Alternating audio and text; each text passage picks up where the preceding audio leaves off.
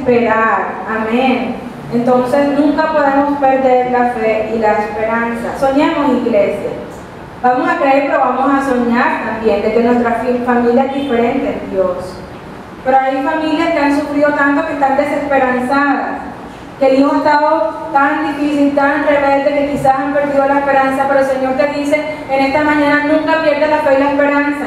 Imagínate a tu hijo postrado, arrodillado, orando. Imagínate a tu esposo cambiado, con las manos levantadas al Señor. Sueña con eso, iglesia, y confía y créele al Señor. Amén. Dice la palabra en primera carta a los Corintios, capítulo 13, versículo 13. En esta palabra nos habla el Señor de tres cosas muy importantes. Dice, ahora permanecen estas tres cosas: la fe, la esperanza y el amor. La fe y la esperanza tienen que estar unidas, amén. Pero la más grande de todas es el amor. Si en tu casa hay fe, esperanza y amor, esto es una bomba. Amén, iglesia. Y cuando estas tres cosas están en nuestras familias, entonces Dios produce cambios, amén. Pero tenemos que mantener la fe y la ilusión.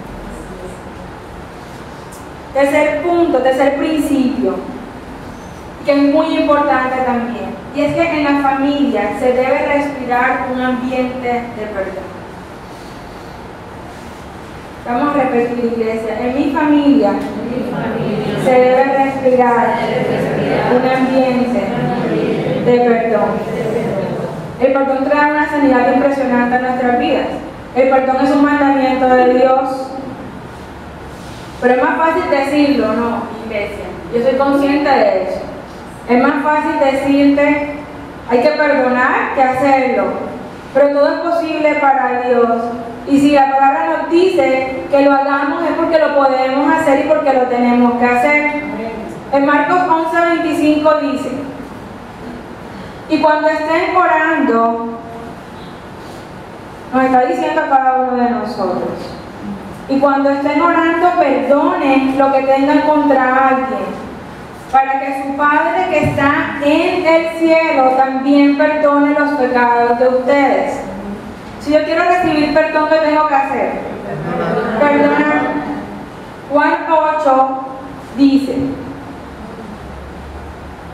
¿se acuerdan cuando el Señor Jesús estaba sufriendo, verdad? Porque ya iba a ser entregado, porque ya estaba a punto de morir. ¿Qué le dijo al Señor? ¿Qué le dijo a su Padre? Nuestro Señor, nuestro Salvador. Le dijo, Padre, perdónalos, porque ellos no saben lo que hacen. Vamos a leer un pasaje que nos va a ayudar a entender mucho más lo que el Señor quiere que interioricemos hoy para vivirlo. Está en Mateo 18, desde el 21. Pedro le iba a hacer una pregunta a Jesús. Yo sospecho que a Pedro alguien se la tenía montada por ahí. ¿A cuántos se la han montado alguna vez? Bueno. Entonces Pedro, yo creo que está un poquito desesperado, y le preguntó al Señor, Señor, yo me imagino así como ¿cuántas veces debo perdonar a mi hermano si no deja de hacerme mal? ¿Debo perdonarlo aún si peca contra mí hasta 7 veces? Y el Señor Jesús le dijo, no solo 7 veces, sino que debes perdonarlo hasta 70 veces 7. ¿Cuánto es eso? 490, ¿no? ¿Sí? Muy bien. Pedro, el Señor no nos dice, ojo, que vamos a contar, dan 100, 101, a las 490, no. El Señor lo que quería decirle a Pedro es, Pedro, no importa, tú tienes que perdonar las veces que sean necesarias. Y el Señor Jesús le enseñó a través de un pasaje que está a partir del versículo 23. Dice, por eso el reino de Dios, decía nuestro Señor Jesús, se puede comparar con un rey que decidió hacer cuentas con sus siervos. Cuando empezó, le llevaron a un siervo que le debía muchos millones de monedas de plata. ¿Cuánto alguna vez hemos debido algo de dinero? ¿Verdad? Esto era mucho dinero. Yo estaba leyendo que podría ser aproximadamente como $3.000 millones, como en esta fecha actual. Era mucha plata. Y eso es difícil, ¿verdad, iglesia? Cuando debemos dinero y tenemos que pagarlo. Entonces este hombre debía un montón de plata al rey, nada más como tú le debieras a tu jefe. Entonces el rey ordenó que lo vendieran junto con su esposa.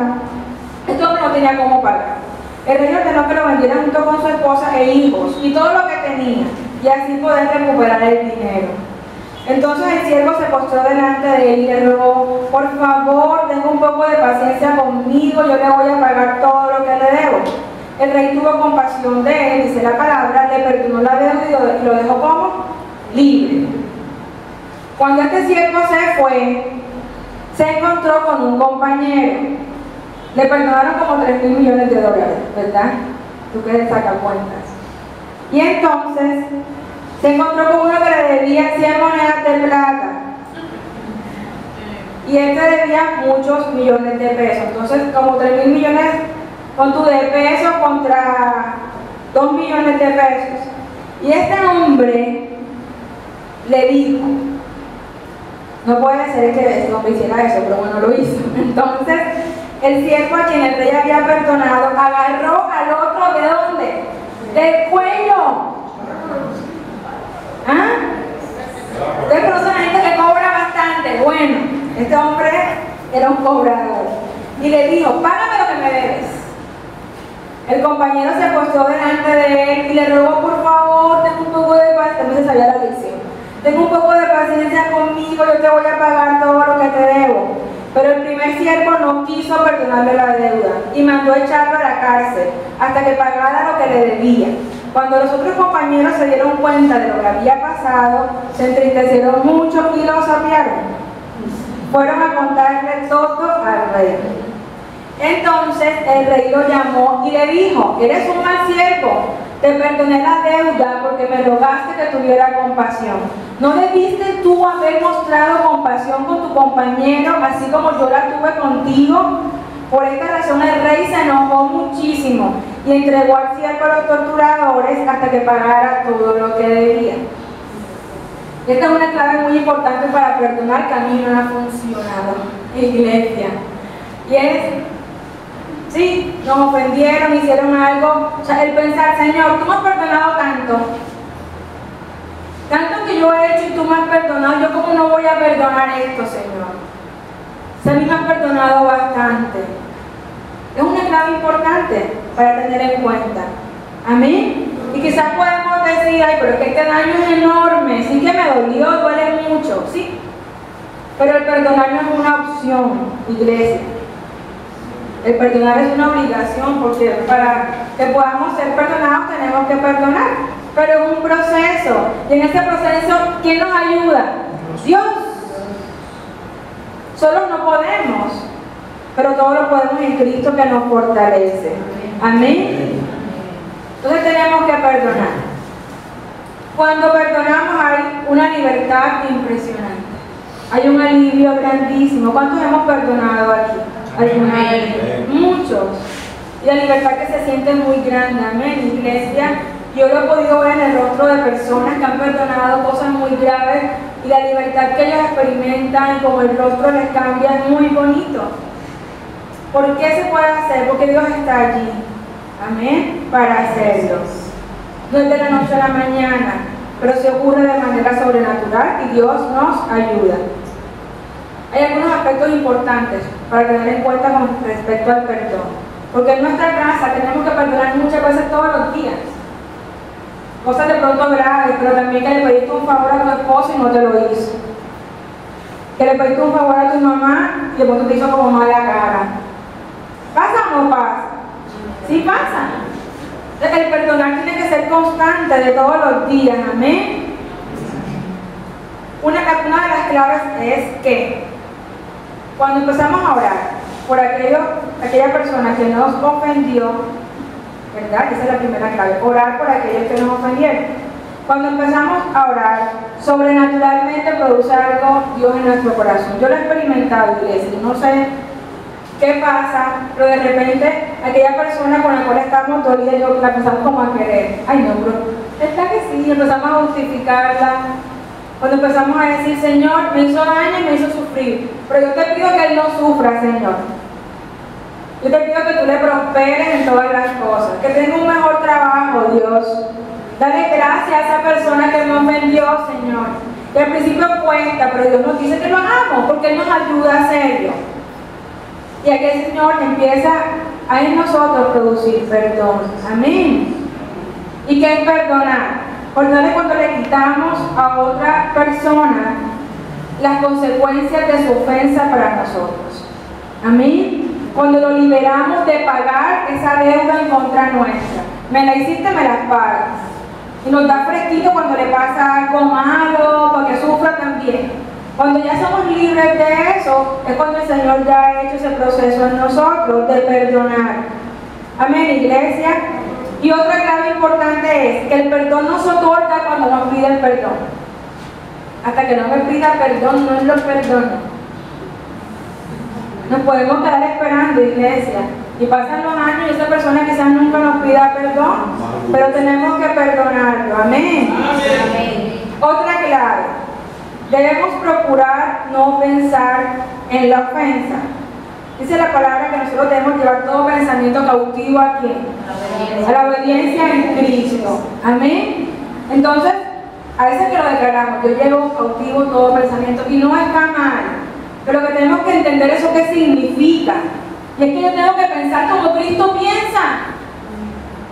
Es que yo tengo que pensar en todo lo bueno, en todo lo agradable, en todo lo que es digno de admiración. Y si me llega un pensamiento de esa persona ofendiéndome, o que sea el pensamiento de que se resbaló y se golpeó, porque puede ser también iglesia, o que le pasó algo malo, usted ese pensamiento lo saca y lo cambia por otro pensamiento. Y lo podemos hacer. Lo pensé, Señor, en el nombre de Jesús, yo decidí perdonar. Yo te pido que tú me ayudes a hacerlo, Dios. Yo renuncio a todo pensamiento de venganza, Señor. Pues te vas, te paras, haces otra cosa. Si a los 2 días volviste a pensar, vuélvelo a hacer, porque es un proceso, amén. Pero el Señor lo hace, el Señor produce los cambios, el Señor nos ayuda a perdonar. No pensar en la ofensa. Y no podemos llevar un registro de ofensas. Porque hay personas que pueden decir, tú no le hiciste un favor en el 2005 y se lo pediste. Ah, sí, ¿no te acuerdas que en el 2005 yo te pedí a ti para la merienda en el colegio 500 pesos y no me los prestaste? ¿Puede ser? No podemos llevar un registro de las ofensas. Es que ayer me dijo y me hizo y no me llamó. No, iglesia. El perdón es constante y es de todos los días. Tenemos que dejar pasar en alto la ofensa. Señor me ofendió, yo declaro que lo perdono en el nombre de Jesús, Señor. Yo lo bendigo. Que tenga un buen día de trabajo, Señor. Llegó y me salió con el jefe, Señor. O dijo que había hecho lo que yo dije, lo que yo hice, Señor. Pero yo la perdono y la bendigo. Te pido para que ella hoy le vaya muy bien en su presentación. Perdonaste rapidito, iglesia, porque es aplicar lo que el Señor nos enseña. Amén. Otro punto importante, y es que es diferente perdonar a ser permisivos. Y eso es súper importante que lo tengamos nosotros muy claro. Porque como padres estamos obligados a disciplinar, amén. Dice la Biblia, la palabra, que el padre que ama a su hijo lo disciplina, ¿cierto? Es una orden del Señor. Entonces, perdonar no es alcahuetear. Por ejemplo, tu hijo te pide dinero, ¿verdad? Tu hija te pide dinero para comprar un libro, pero te das cuenta que se compró un bolso, ¿verdad? Y a la semana siguiente te pide plata para unas reglas, para unas cosas de la universidad, y se la diste y se compró un vestido. Te engañó, te pidió perdón, lo volvió a hacer. Y nuevamente al mes te pidió otra vez la misma plata para comprar una maqueta. Y te das cuenta que se fue a las Islas del Rosario con esa plata. La próxima vez que tu hija te pida dinero, ¿qué vas a hacer, iglesia? Padre, ¿se la vas a dar? No. Una cosa es alcahuetear, ser permisivo, y otra es perdonar. En tu corazón no va a haber rencor contra tu hija, pero tienes que enseñarle, amén. Porque hay papás que el hijo tiene problemas de alcohol y el papá le da la plata para que se vaya a consumir alcohol. No se la des. Es que me pidió perdón. Sí, te pidió perdón, pero el alcohol le hace daño, iglesia. Es que mi hijo tiene problemas con los videojuegos. Cada vez que llega al colegio se pone con los videojuegos. El fin Sí. Pero él me pidió perdón y yo le compré el último videojuego. Amén. Estamos entendiendo, iglesia, la diferencia. Debemos pedir al Señor sabiduría para orientar y para disciplinar a nuestros hijos en el amor del Señor, como dice la palabra. ¿Cómo disciplinamos? ¿En qué? En el amor del Señor. Siguiente punto. Debemos hablar con quien nos ha ofendido. ¿Por qué? Porque muchas veces en nuestra familia, de pronto alguien nos puede ofender y esa persona no tiene ni idea que ofendió. ¿A ustedes les ha pasado? Que el esposo pregunta, ¿te pasa algo? No. ¿Tú estás bravo? No. ¿Verdad? Y el esposo no tiene ni idea qué hizo. O llegan los hijos y la mamá está con una cara terrible. Mami, ¿te pasa algo? No. Tenemos que hablar, iglesia. ¿Verdad? Porque si uno no tiene ni idea y tú vas a donde alguien y lo vas a saludar y te gustó la cara o no sé qué más puede hacer, eso pasa en la vida real, ¿verdad? Iglesia. Y tú dices, ay, ¿yo qué le hice? Y de pronto tú hiciste algo que de verdad te ofendió, pero no tienes ni idea. Entonces tenemos que ser prácticos y sabios y decirle, mira, yo te voy a decir, yo me sentí ofendida porque tú hiciste un chiste sobre mi pelo y me ofendió. O tú hiciste un chiste sobre lo que tenía puesto. Me dijiste que estaba corto y que parecía que en la barriga tuviera yo no sé qué y no me gustó. Y cuando la hablamos, esa persona lo entiende, iglesia. Y así vamos a evitar que nos vuelva a ofender. Amén. Y la falta de perdón produce amargura en nuestra casa.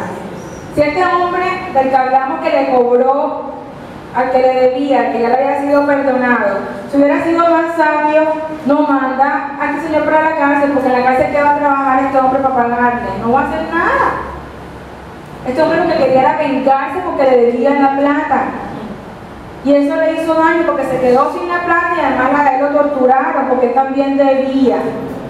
Debemos perdonar como nos perdona el Señor. Amén, iglesia. Amén. Y hay investigaciones que se hacen y nos dicen de que el perdón está asociado a la salud.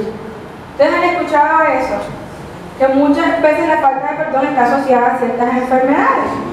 Pero eso no nos debe sorprender a los hijos de Dios porque tenemos una palabra que nos dice que nos conviene perdonar. Amén, iglesia. Y me conviene perdonar. Y en el proceso del perdón no estoy solo. Dios, que es mi fortaleza, me ayuda y lo hace posible. Muy bien, vamos al cuarto y último principio que también es muy especial, es muy importante. Y es que el lenguaje de la familia debe ser de bendición. El lenguaje de mi familia, de tu familia, debe ser de bendición. Y la bendición no es una necesidad emocional, que a veces lo entendemos como que esta persona necesita que le diga cosas bonitas. No, hay una necesidad espiritual que el mismo Dios estableció cuando nos creó de ser bendecidos.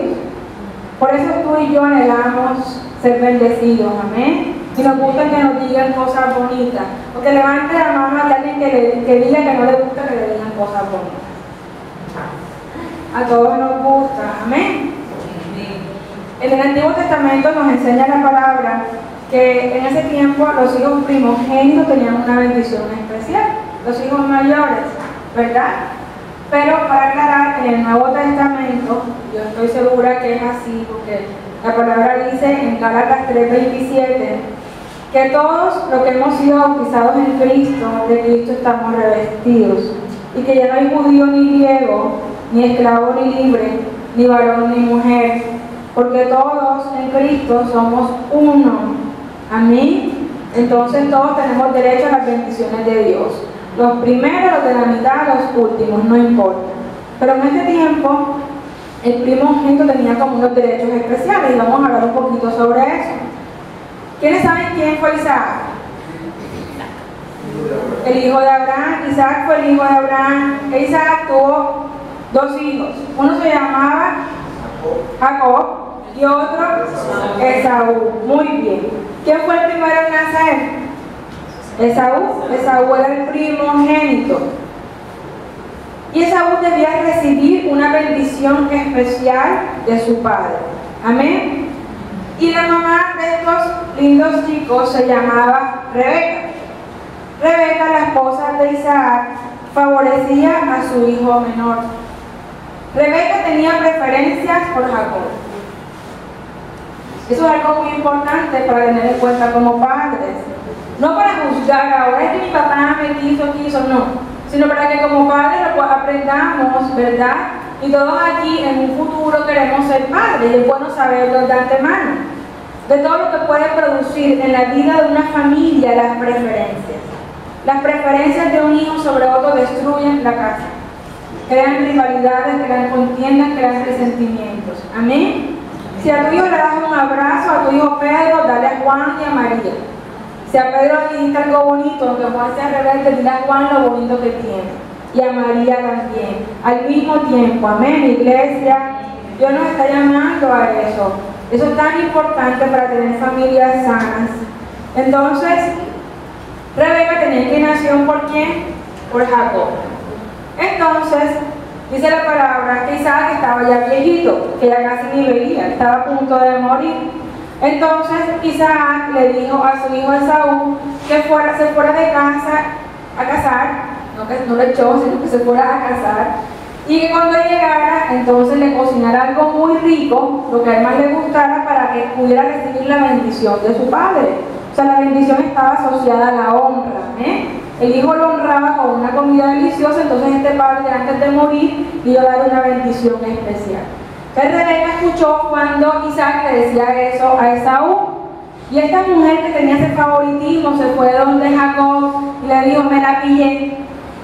Isaac va a bendecir hoy a Esaú.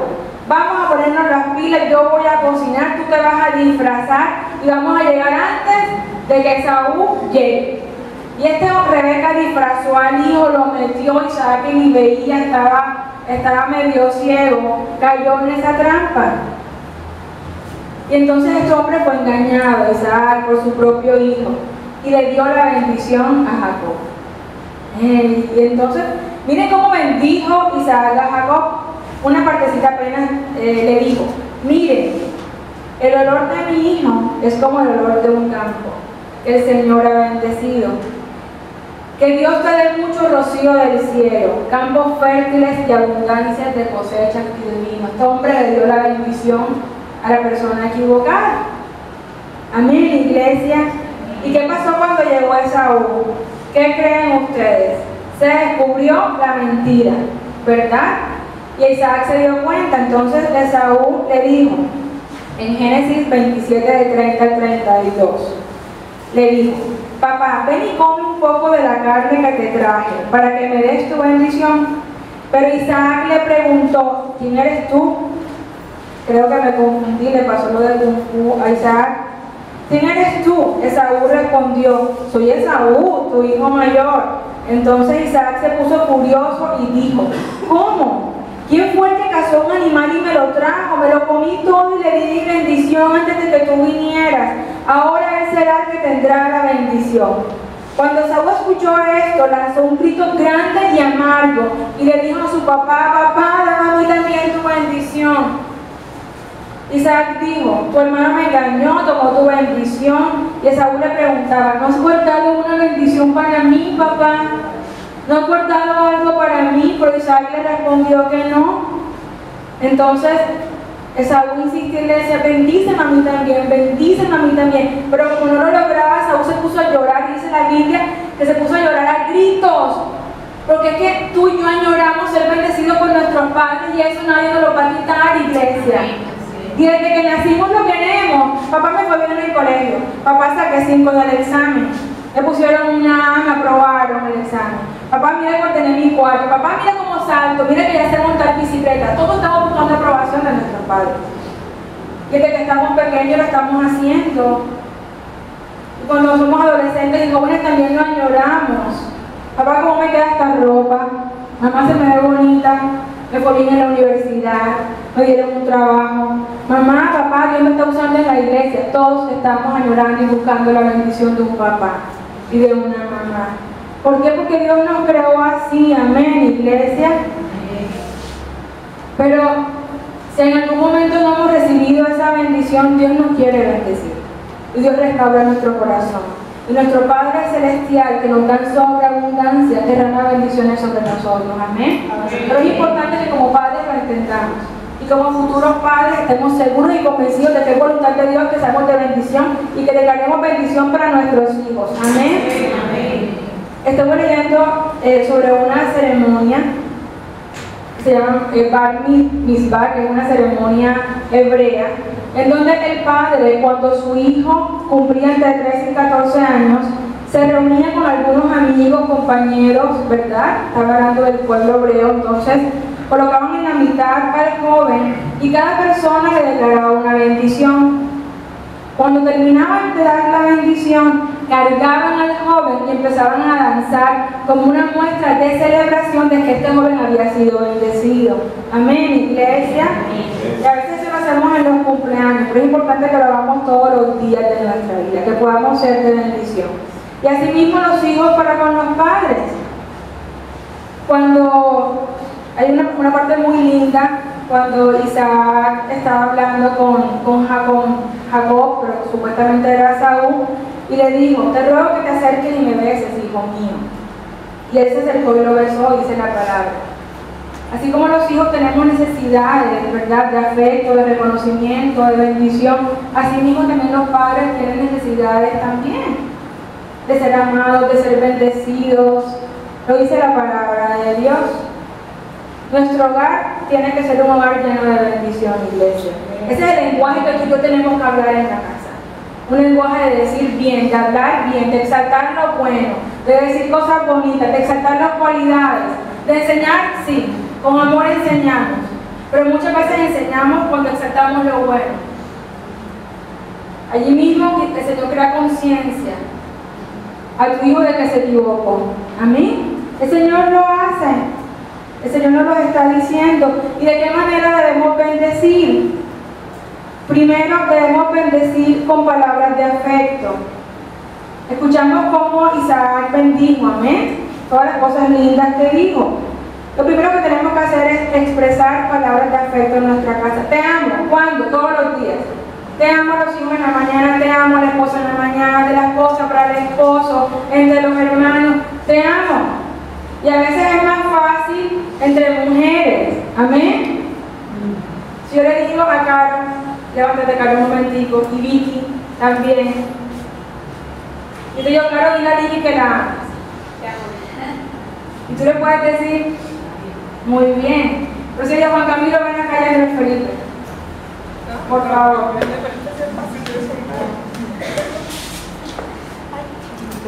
Juan Camilo, dile que la amo a Andrés Felipe. Vamos a ver, reímos todos, iglesia, porque la cultura nos ha hecho daño. ¿Se vio raro o no? Pero tú y yo estamos llamados a romper eso, porque esa cultura es mentirosa. Dios nos está diciendo que tenemos que bendecir. Amén. Lo primero que debemos es expresar palabras de afecto. Segundo, debemos expresar palabras de reconciliación. ¿Quién es perfecto aquí? Que levante la mano, por favor. Me voy a asomar por acá, por si acaso no alcanza a mirar. Ninguno de nosotros somos perfectos. ¿Quiénes nos equivocamos en nuestra casa? Muy bien. Tenemos que aprender a hablar palabras de reconciliación. Me equivoqué, lo siento. Perdóname, ya te perdoné, no te preocupes, yo te amo tanto que siempre te voy a perdonar. Te perdoné, hijo, te perdoné, hija. Palabras de reconciliación, amén. Tercero, para bendecir, palabras de visión. ¿Qué quiere decir esto? Yo declaro, hijo mío, hija mía, que Dios te va a usar grandemente. Tú vas a ser un siervo de Dios, tú vas a tener un hogar maravilloso, tus finanzas van a ser prosperadas, vas a ser un excelente profesional. Palabras de visión sobre la vida de tus hijos. Amén, iglesia. Amén. Muy bien. La siguiente manera de bendecir.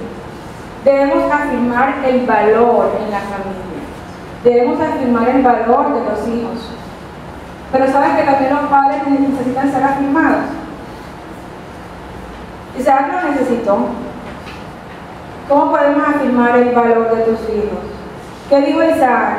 He aquí el olor de mi hijo es como el aroma de un campo que el Señor ha bendecido. Hijo, tú eres único y especial para mí. Tú para mí eres precioso. Tú para mí eres la niña más linda de todo el mundo. Para mí tú eres más inteligente. Quizás no saques excelentes notas en todo, pero yo sé que tú te esfuerzas. Y para mí eres el mejor estudiante que puede existir en el planeta. Debemos afirmar el valor de nuestros hijos. Eso estamos llamados, iglesia. Estás esforzado, has madurado, hijo mío. ¿Cómo has crecido en el conocimiento de Dios? Estoy tan orgulloso de ti, estoy tan orgullosa de ti. Tú vales tanto, debemos afirmarlo. Amén. Yo le pido que podamos traer a los niños de la iglesia y le pido a todos los jóvenes que se coloquen sobre sus pies. Los jóvenes que hacen parte del ministerio juvenil y otros jóvenes también que puedan estar con nosotros. Tú no te pares, mojarte todo. Yo quiero pedirle que los jóvenes se coloquen aquí al frente, por favor. Al frente del altar. Tienes como 30 años. El Señor está aquí, el Espíritu Santo está aquí. Mientras ustedes toman su lugar acá, el Espíritu Santo se está moviendo. Tienes como 30 años. Aquí, por favor, aquí adelante, todos los niños de nuestra iglesia que puedan estar acá. Eva, Maite, jóvenes aquí, por favor.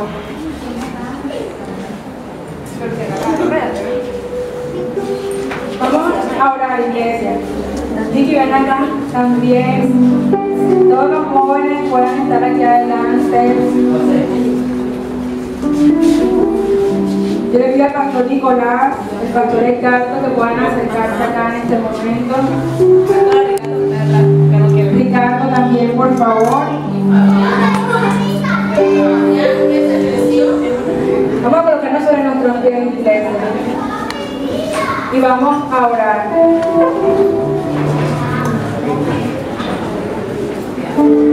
Y tú te puedes estar preguntando en este momento, ¿pero qué pasa si yo no recibí la bendición de mis padres? ¿Qué puedo hacer yo ahora? Yo te quiero decir delante de parte de Dios, es que tú puedes marcar la diferencia en tus generaciones hoy. Tú puedes decir, a partir de este momento, yo bendigo la vida de mis hijos. Y como dice la palabra, ¿verdad? Abraham bendijo a Isaac, Isaac bendijo a Jacob, y Jacob también bendijo a sus hijos. Y tú puedes empezar hoy determinando que serás de bendición para ellos. Y que tú hablarás y declararás bendición para tus hijos. Dile, yo marco la diferencia hoy, Señor. Dile, como padre, mis generaciones bendecirán a sus hijos. Padre, yo te doy las gracias. Dile, iglesia, Él está aquí, el Espíritu Santo de Dios está aquí. Cierra tus ojos y dile, yo te doy las gracias, Espíritu Santo. Yo te doy las gracias porque tú eres mi ayuda. Yo te doy las gracias por hablar a mi corazón en esta mañana. Porque tú hoy has llenado vacío, Espíritu Santo. Porque tú, oh Dios, eres mi Padre por excelencia. Y yo sé que tú hoy me estás bendiciendo. Iglesia, y el Señor está hablando bendición sobre tu vida. Y si tú no la has recibido, el Señor está declarando sobre ti bendición, prosperidad, amor, restauración. El Señor está hablando bien de ti hoy, iglesia. El Señor está diciendo, yo me alegro de que tú hayas progresado, iglesia. Yo hoy reconozco que tú has caminado y con que falta camino por recorrer. Yo me alegro de tus victorias. Yo me alegro de tus progresos, que dice el Señor. Yo ya afirmo tus valores en tu corazón. Yo te quiero decir que tú hoy vales más que el oro. Que para mí eres preciosa y precioso, te dice tu Padre Celestial. Y que la afirmación que tú no recibiste, hoy te la da el Señor. Y le te doy las gracias, papá.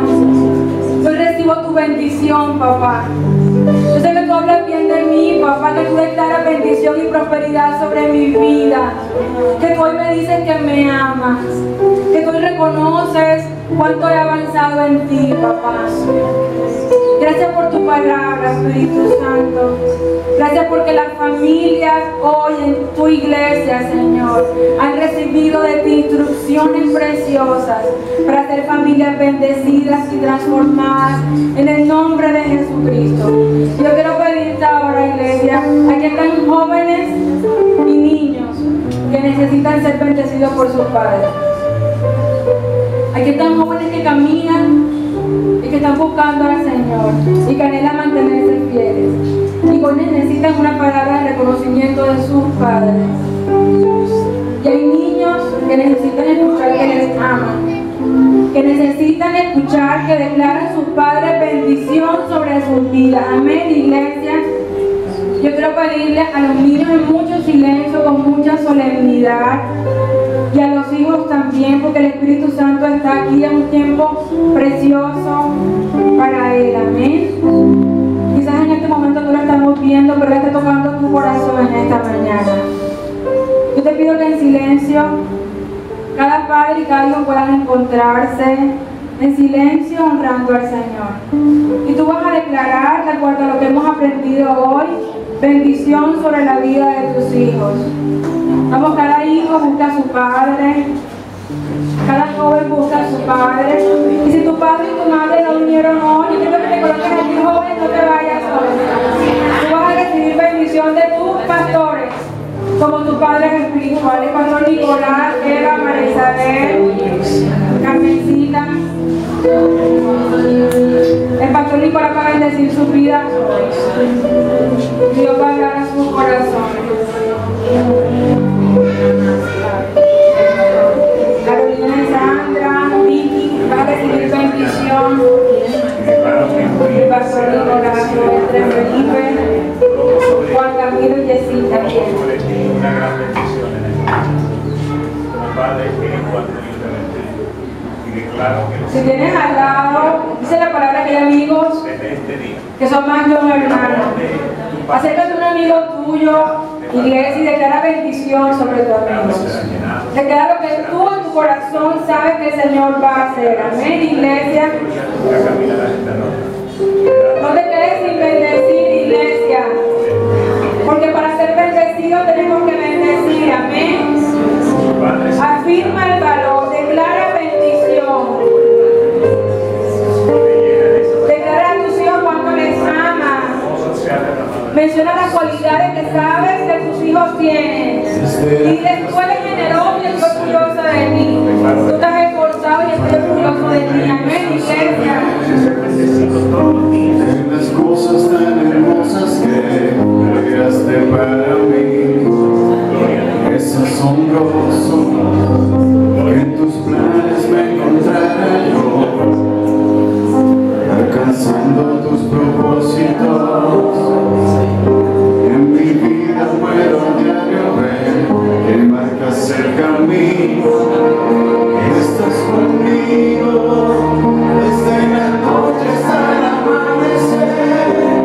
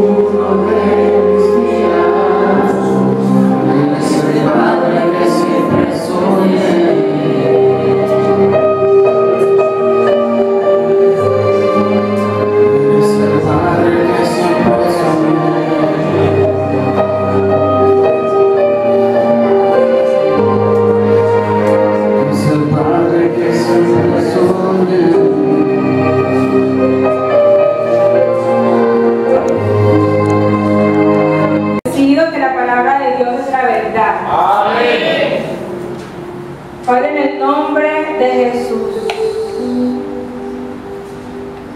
en el nombre que es sobre todo nombre, Señor. Nos presentamos delante de ti, Señor, con una petición muy especial. Queremos pedirte que tú nos hables hoy, Señor. Queremos pedirte que hables a nuestro corazón, Señor. Porque hoy reconocemos que necesitamos ser cambiados, transformados por ti, Señor. Te damos las gracias por tu palabra, Señor. Porque a través de tu palabra conocemos tu voluntad para nosotros, Señor. Porque a través de tu palabra te conocemos a ti, tu esencia, Señor. Te damos las gracias por ella y queremos decirte que disponemos nuestro corazón. Dile al Señor que tú dispones tu corazón. Padre, disponemos nuestro corazón para ser tocados, transformados por ti, Señor. Y nos declaramos tierra fértil. Dile al Señor que tú eres tierra fértil. Padre, nos declaramos tierra fértil para que tu palabra en nosotros dé frutos y frutos en abundancia. En el nombre de Jesucristo. Amén. Y amén. Podemos tomar asiento, iglesia. Vamos a recordar 4 principios claves para que el Señor nos hable en esta mañana. Vamos a recordarlos porque lo hemos compartido con anterioridad. Y el primero es anhelar que el Señor nos hable y todos los que estamos aquí lo hacemos. Amén. Muy bien. Segundo, recibir la palabra de Dios con humildad. Tenemos que tener un corazón dispuesto para que el Señor nos hable. Amén. Y tercero, la palabra no es para juzgar a los demás, ni al esposo, ni a la esposa, ni a los hijos. La palabra de Dios es para transformar a nosotros mismos. Amén. Dile al Señor que esta palabra es para ti. Dile, Señor, esta palabra es para mí. Muy bien. El Señor se alegra cuando escuchamos su palabra con un corazón dispuesto, sabiendo que Él nos puede cambiar y nos puede transformar. Amén. Y cuarto, debemos ser multiplicadores de lo que el Señor nos enseña. Amén. Voy a leerles un texto en la segunda carta a Timoteo, capítulo 2, versículo 2, que dice, le estaba hablando Pablo a Timoteo y le decía, lo que me has oído decir en presencia de muchos testigos, encomiéndalo a creyentes dignos de confianza, que a su vez estén capacitados para enseñar a otros. Esta palabra que el Señor va a hablar a tu vida hoy es para otras personas, amén. Entonces vamos a tomar apuntes, vamos a estar súper atentos para darte gracias a eso tan grande que el Señor va a hacer en nuestras vidas hoy, amén. Sabemos que es su poder, sabemos que es su misericordia, su gracia la que puede hablar a nuestras vidas, a nuestros corazones. Y el título de la palabra hoy es Principios que pueden transformar tu familia. Hoy estamos celebrando un día muy especial que es el Día de las Madres y queremos hablar sobre la familia, porque Dios es un Dios de familias y vamos a conocer más en detalle al respecto. Y la primera pregunta que vamos a respondernos en esta mañana es ¿por qué la familia es importante? ¿Por qué en Iglesia Restauración se habla de familias? Amén. Hemos dicho y hemos oído al pastor hablar de que Dios es un Dios que restaura familias, de que nuestra iglesia es una iglesia de restauración y avivamiento para las familias. Entonces, la primera respuesta es que la familia es importante porque Dios la estableció. Todo lo que Dios establece es importante, amén. Todo lo que está escrito en la palabra de Dios es importante. Entonces el Señor, en el libro de Génesis, en el capítulo 2, en el versículo 18, nos dijo, no es bueno que el hombre esté solo. Le haré una ayuda adecuada. Y en ese preciso momento Dios creó a las esposas, a nosotras, amén. Yo creo que este es un momento muy especial de la creación. ¿Cuántos estamos de acuerdo con eso? Muy bien, entonces no era bueno que el hombre estuviera solo. Dios nos creó y nos creó para hacer una ayuda adecuada. Aunque en la palabra hay muchas esposas que no fueron esa ayuda idónea, amén. Y lo podemos ver en el libro de Job. En el libro de Job, capítulo 2, versículo 10.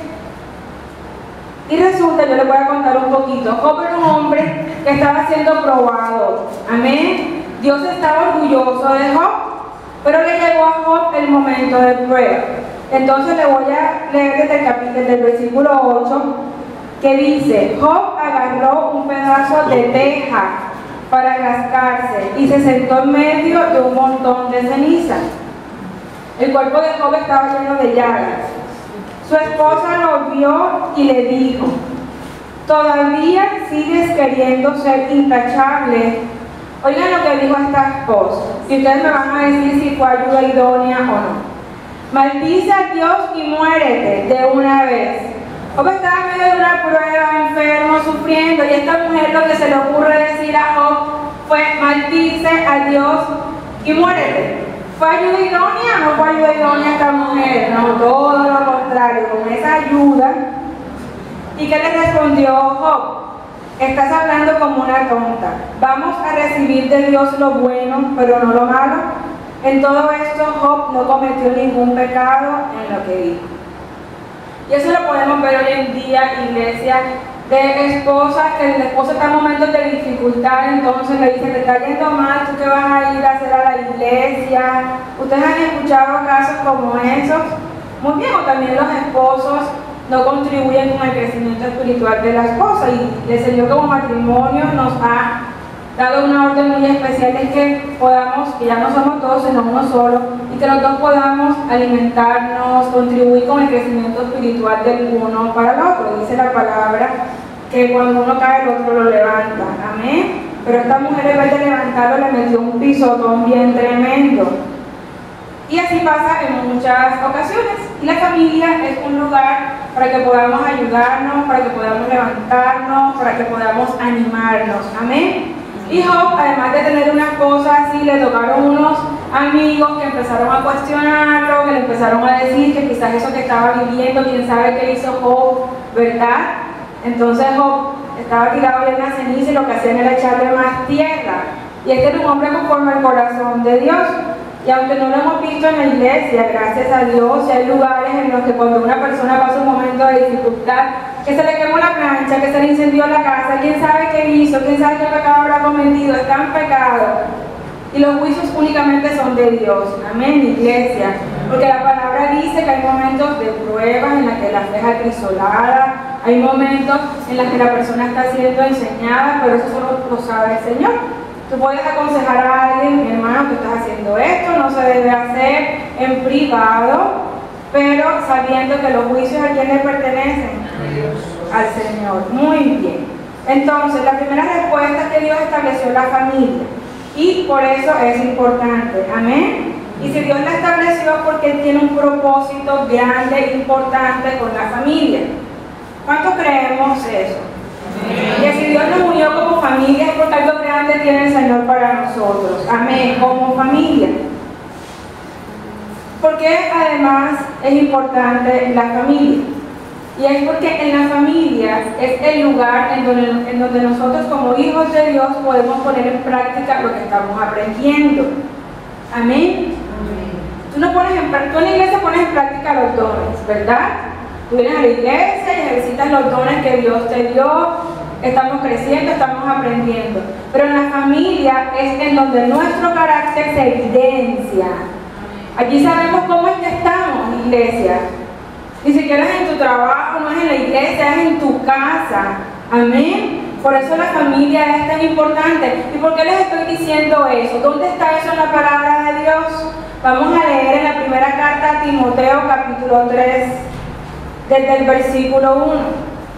Allí se evidencia que la familia es muy importante y determina si estamos capacitados o no para servirle a Dios. Allí, dependiendo de nuestro testimonio, podemos saber si estamos aptos o no para la obra del Señor. Entonces vamos a leer lo que la palabra de Dios nos dice en la primera carta a Timoteo. Dice, el título es Los dirigentes de la iglesia. En algunas de sus versiones puede decir los obispos, ¿cierto? Muy bien. Entonces dice, los dirigentes de la iglesia. Voy a leerles en una versión que se llama La Palabra de Dios para Todos.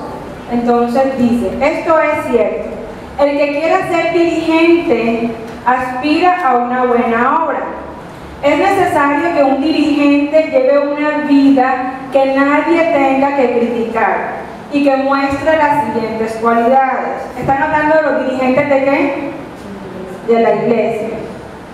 Ser sensato, respetable, fiel a su esposa, tener dominio propio, estar dispuesto a recibir en su hogar a los necesitados y ser capaz de instruir a otros en la fe. Un dirigente no debe emborracharse, ni pelear, sino ser amable, pacífico y no amar el dinero. Debe dirigir bien a su propia familia, es decir, que sus hijos le obedezcan y siempre lo respeten. Si un hombre no sabe dirigir a su propia familia, entonces tampoco podrá cuidar de la iglesia de Dios. No debe ser un nuevo creyente para que no se enorgullezca y no caiga en la misma condenación en que cayó el diablo. Además, debe tener el respeto de la gente que no es de la iglesia. De esta manera evitará críticas y no caerá en las trampas que el diablo tratará de ponerle. Muy bien, nos está diciendo que si un hombre quiere dirigir una iglesia está perfecto, pero que tiene que cumplir con unos requisitos, amén. Y que esos requisitos están asociados a cómo este hombre es en su casa, amén. Amén. Vamos a leer entonces acerca de los que sirven en la iglesia. Así también los diáconos, la palabra diácono es una palabra griega que se traduce al español como servidor o como una persona que da su apoyo o ayudante. Entonces, así también los diáconos o los que dan apoyo, los ayudantes en la iglesia, deben ser respetables, sinceros, no embriagarse y no ganar dinero de manera deshonesta. Deben seguir la fe que ahora Dios nos ha dado a conocer y tener la conciencia limpia. Primero hay que ponerlos a prueba y entonces, si no hay nada en su contra, podrán servir a la iglesia. Asimismo, las mujeres deben tener estas cualidades: tener el respeto de los demás, no hablar mal de otros, tener dominio propio y ser dignas de confianza en todo lo que hacen. Estamos hablando de quiénes, de los que servimos en la iglesia. Muy bien. Los diáconos deben ser fieles a su esposa y dirigir bien a sus hijos y su hogar. Los servidores que hacen bien su trabajo tienen un puesto honorable y fortalecen su fe en Jesucristo. En nuestras casas nuestra fe es probada, amén. Nuestro carácter es probado. Y aquí se determina qué tan aptos estamos para la obra de Dios. ¿Es importante o no es importante la familia para el Señor? Es importante, amén. Y tercero, en la familia es en donde experimentamos las mayores alegrías, pero también las mayores tristezas. No hay dolor como el dolor familiar, iglesia. Yo no sé si ustedes se refieren, si ustedes me entienden, saben a qué me refiero, cuando decimos, allí es donde las cosas duelen más. Y cada uno de nosotros tiene su propia historia, unas más fuertes, otras más suaves, pero todos hemos experimentado el dolor de familia.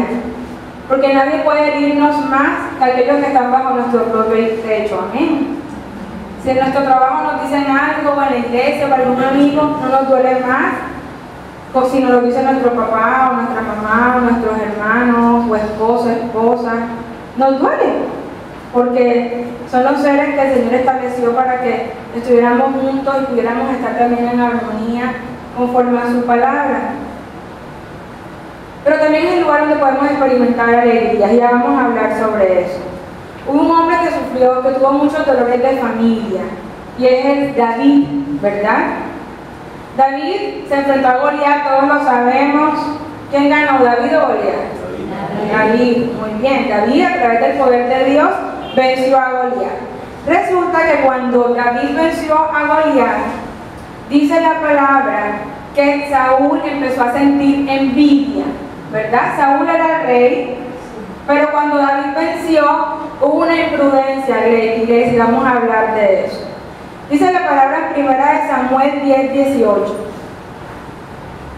Cuando David regresó de matar al filisteo, las mujeres de los pueblos de Israel salieron cantando y danzando a recibir al rey Saúl. Gritando, tocaban panderetas y liras y exclamaban, oigamos esto: Saúl mató a miles, pero David mató a 10,000, por favor. Estas mujeres hicieron una comparación y cometieron una imprudencia delante del rey. Y dice la palabra, a partir de aquel momento Saúl lo miraba con recelo. Esta comparación tocó el corazón de Saúl y le hirió porque él era el rey. Amén, iglesia. Y este hombre empezó a sentir envidia. Y yo quiero hablarte que hay un refrán que dice que las comparaciones son odiosas, ¿verdad? Y tienen toda la razón. Cuando nosotros nos comparamos en nuestra familia por fuera de ella, no podemos hacer daño. ¿Por qué no podemos hacer daño? Porque podemos empezar a sentir algo terrible que dice la Biblia que mata. Dice, la envidia mata a los necios. Podemos empezar a sentir envidia. Y la envidia nace de alguien que se compara. Amén. Ella es más bonita, yo soy más no sé qué, se puso esta ropa, yo no me la puse, o el hombre tiene este carro, yo tengo el otro. Y de allí nace la envidia. Y la envidia destruye vidas y destruye las relaciones. Porque si una persona sabe y siente que otro le tiene envidia, sufre, ¿verdad? Sufre, no le gusta. Y David sufrió por la envidia de Saúl. Saúl persiguió a David. Y David sufrió muchísimo por eso. La comparación causó una rivalidad muy grande del corazón de Saúl hacia David. Después de esto, Saúl murió. Luego que Saúl muere, entonces David es nombrado rey. Y David ganó muchísimas batallas según la palabra de Dios. Siendo rey, cometió un pecado muy grave, ¿verdad? Y fue que cometió adulterio. Siendo rey, cometió adulterio con una mujer. Y dice la palabra que había una mujer que se llamaba Betsabé. Y Betsabé estaba como en el patio de su casa bañándose desnuda, ¿verdad? Yo también me pregunto qué hacía esa mujer bañándose desnuda en el patio de la casa si la ventana daba para el patio, ¿verdad? Eso es un tema de prudencia, ¿cierto? Pero eso no excusa a David. David miró a esta mujer bañándose y en su corazón adulteró. David pecó en su corazón porque la codició, y luego que pecó en su corazón se acostó con Betsabé. El pecado nació en el corazón de David, porque si David mira una vez a Betsabé y se entra a su recámara enseguida, posiblemente no pase nada. Pero David miró 2 veces, y cuando miramos 2 veces perdemos, amén, porque ahí llega la codicia. Entonces este hombre cometió adulterio con Betsabé, Betsabé quedó embarazada, bueno, fue terrible. Y Dios confrontó a David a través de un profeta que se llama Natán. El hijo del cual estaba embarazada Betsabé, luego que nació, murió. Bueno, y a David dice la palabra que lloró, después se levantó y no pasó nada, él se recuperó, pero hubo un dolor mucho más grande aún. Un dolor que experimentó este rey, David. Y resulta que David tenía otros hijos, tenía varios hijos, uno de ellos se llamaba Absalón. ¿Han escuchado hablar de Absalón? Muy bien. Entonces Absalón se volvió en contra de David y se puso muy rebelde. Mató a su medio hermano porque violó a su hermano, ¿verdad? Y luego la emprendió contra su padre.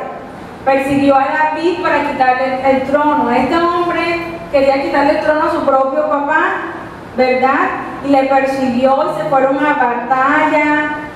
Y David, eso le dolía en su corazón. Y mientras Absalón peleaba contra el ejército de David, David estaba en el palacio. Y cuando llegaban los mensajeros hacia donde él les preguntaba, ¿cómo está el joven Absalón? O sea, a David no le importaba quién había ganado, quién había perdido, lo único que le interesaba a él, ¿quién era? Su hijo. Entonces David preguntó por Absalón y le comunicaron que había muerto. Amén, iglesia. Su hijo murió. Y dice la palabra en 2 Samuel 18:33, y el rey se conmovió profundamente. Otra versión dice, y al rey le dolió profundamente en su corazón. Y subió a la habitación que había encima de la puerta y lloró amargamente.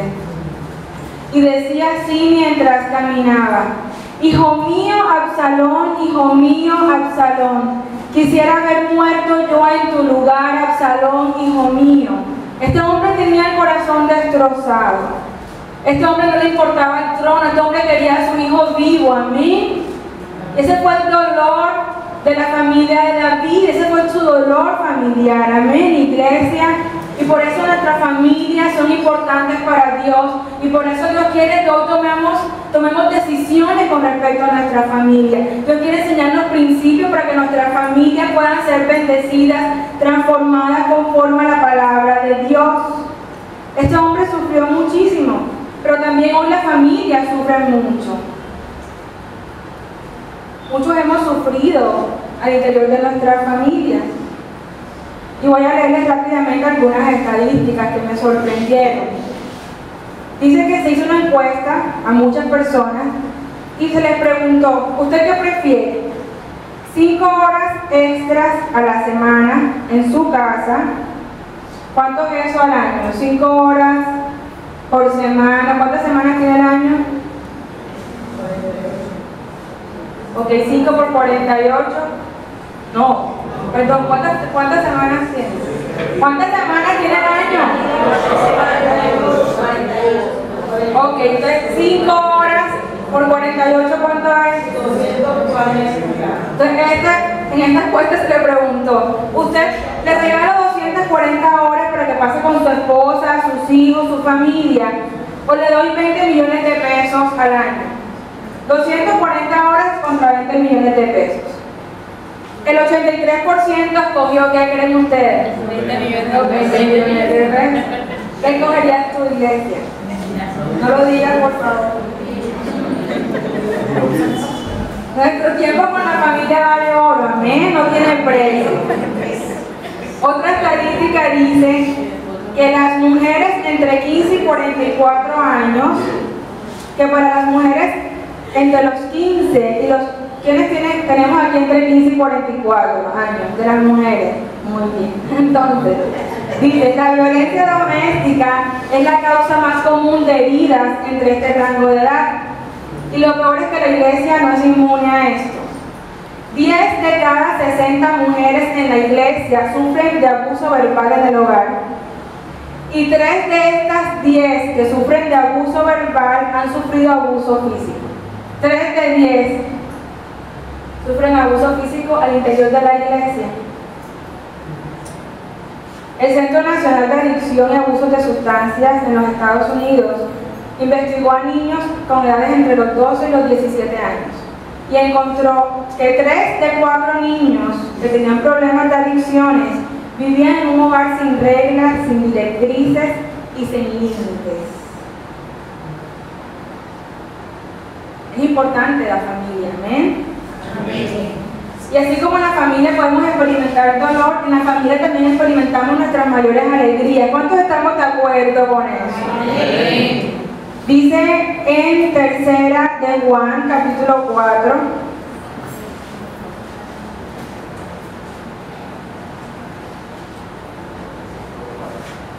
dice: no tengo mayor gozo que este, oír que mis hijos andan en la verdad. En este pasaje, Juan no se refería a hijos biológicos, sino espirituales, amén. Pero si no había mayor felicidad para Juan que sus hijos espirituales andaran en la verdad, ¿cuánto más para un padre que sus hijos de sus entrañas anden en la verdad? Dice que no hay mayor gozo que este. Y dice el libro de Proverbios, en el capítulo 23, versículo 4, el papá del justo se llena de felicidad, y el que tiene un hijo sabio se alegrará con él. Entonces, haz felices a tu papá y a tu mamá, que se llene de alegría la que te dio a luz. Amén, iglesia. En la familia nos podemos gozar y Dios quiere que nos gocemos. Amén. Y por eso como hijos debemos adquirir sabiduría para también hacer felices a nuestros padres. Muy bien, entonces ya que sabemos que la familia es importante para Dios, nos vamos a ir a una serie de principios para transformar nuestra familia, para que Dios bendiga a nuestras familias. Amén. Y lo primero que tenemos que tener en cuenta es que si queremos cambios en nuestra familia, si queremos vivir en familias llenas de felicidad, de gozo, familias unidas, debemos estar convencidos de que solamente Dios lo puede hacer. Vamos a repetir, iglesia, ¿solo Dios lo puede hacer? Y Dios lo quiere hacer, amén. Dice en el Salmo 127, 1, si el Señor no edifica la casa, ¿qué pasa? En vano trabajan los que la edifican. Y Dios no se refería a la estructura física de una casa, se refería a tu hogar y a mi hogar. Él nos dice, si tú no dejas que yo edifique tu casa, puedes hacer lo que quieras. Puedes leer todos los libros de familia que existan, pero nada va a pasar. Pero también nos da a entender este pasaje que tenemos que edificar. Amén. O sea, no podemos edificar solos, sin la mano de Dios, pero tampoco nos vamos a quedar con los brazos cruzados. Nos está hablando de que la familia todos tenemos que edificarla. Amén. Y Dios dirige ese proceso, ¿verdad? De edificación, con su poder cambia. Y empiezo hoy un día para decirle, Señor, yo trataba de edificar mi casa a mi manera, Dios. Te he dejado poner algunas estructuras quizás, Dios, pero en otras yo he puesto el cemento, un cemento vencido, las estructuras que puse están oxidadas y mi casa está que se cae, Dios. Pero yo hoy dejo mi orgullo atrás, Señor. Yo hoy renuncio a lo que tengo que renunciar para que tú edifiques mi hogar, Señor. Porque yo quiero vivir en un hogar lleno de ti. ¿Cuántos queremos vivir en hogares felices? Todos, llenos de Dios, muy bien. El Señor lo puede hacer. Solo Él lo puede hacer y es poderoso para transformar cualquier situación. Amén. No importa el dolor que tú hayas experimentado, que estés experimentando. Dios es poderoso, bueno, maravilloso para cambiar cualquier circunstancia. Dice Jeremías 31:17, y hay esperanza para tu porvenir, declara el Señor. Y la iglesia, hay esperanza para mi porvenir. Declara el Señor, tus hijos volverán a su territorio. Si tu hijo está por fuera de los caminos del Señor, yo te aseguro y te garantizo que Él va a volver a su territorio. Y tú permites que Él edifique tu casa. Amén. Y nos vamos al segundo principio, que es nunca pierdas la fe y la esperanza. Y el Señor, nunca perderé la fe y la esperanza. La palabra nos dice que la fe es la certeza de qué? ¿Y la convicción de qué? Muy bien, la fe es la certeza de lo que se espera y la convicción de lo que no se ve. Nunca debemos perder la fe, amén. La Biblia dice que sin fe que... Muy bien, sin fe es imposible agradar al Señor. Pero tampoco debemos perder la esperanza. ¿Y qué es la esperanza? Mi fe es la convicción que yo tengo en Dios de que Él puede hacer las cosas distintas y que yo creo que eso ya cambió en el nombre de Jesús. Pero la esperanza es la expectativa que yo tengo de que ese futuro del cual yo estoy convencida se convertirá en un presente. La fe es la convicción, la certeza, pero la esperanza es lo que me hace soñar, ilusionarme, imaginarme que la familia que Dios me dio puede cambiar. Cuando tenemos esperanza, tenemos un viaje, iglesia. Estamos convencidos de que Dios nos lo va a regalar, ¿verdad? Queremos ir a Aruba, yo no sé, entonces estamos convencidos y creemos que Dios nos va a dar la provisión. Yo tengo que tener esperanza. Entonces yo me imagino allá en Aruba y yo sueño y me imagino